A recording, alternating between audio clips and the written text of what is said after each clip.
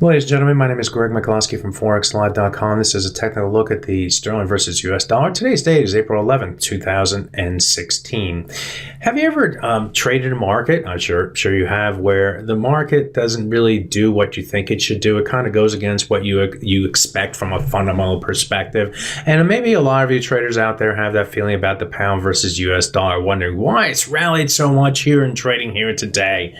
And sometimes that answer to that is because it cannot what it could not do as opposed to what it is doing, okay?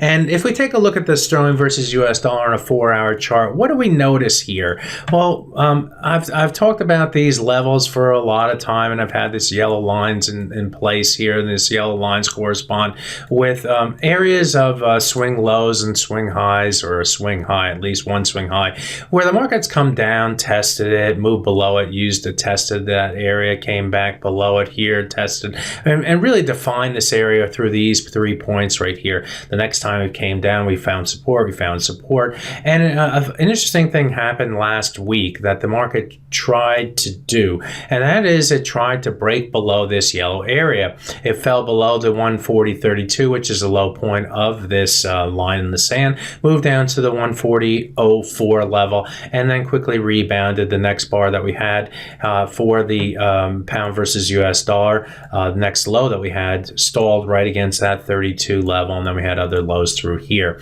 Now, in last week's trading, toward the end of last week, we instead of racing to the upside like we are in trading here today, the market formed this triangle. And if you were to look at this just from a technical perspective, this would be a bear pennant, okay, which is a bearish pennant, which has a flagpole and then forms this pennant formation. And typically the market goes where? To the downside. We eventually break through the lows and we break to the downside. So the market was setting up for the move to the downside. What happened?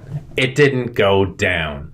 The market went up instead, and as you can see, we moved all the way up to the 61.8% retracement up here at the 142.85 level, and we're seeing some stall right there.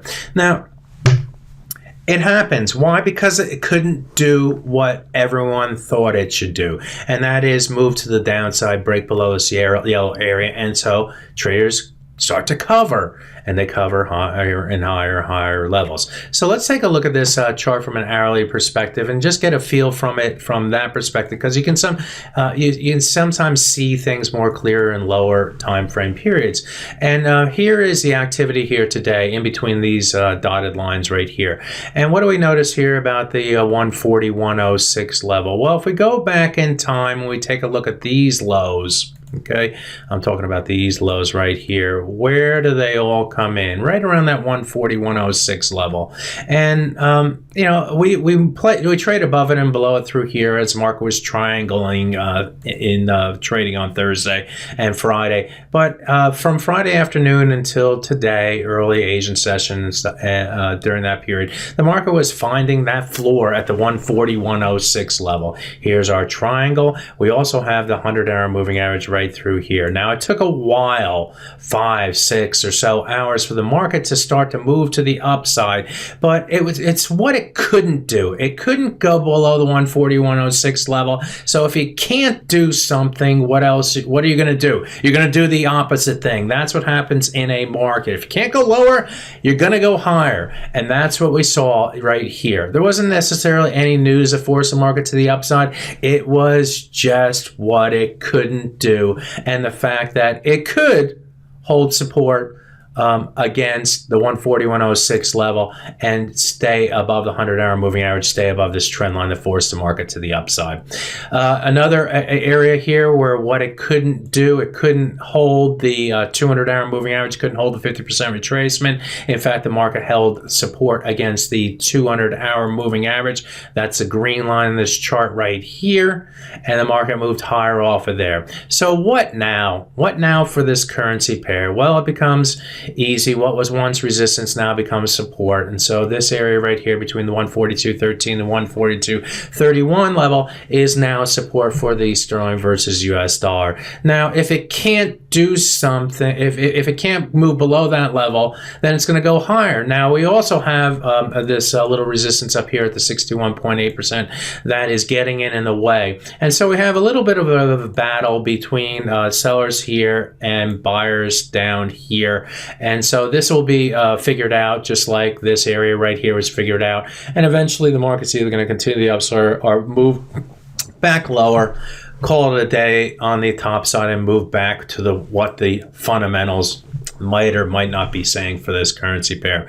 But we have to respect what the price action is saying.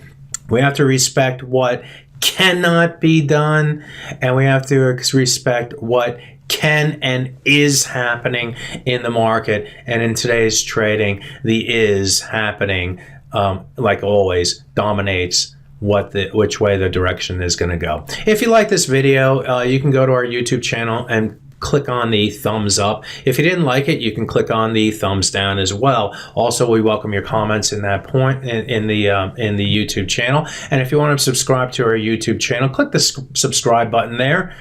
You will not regret it. My name is Greg Michalowski. Good fortune with your trading. Bye bye now.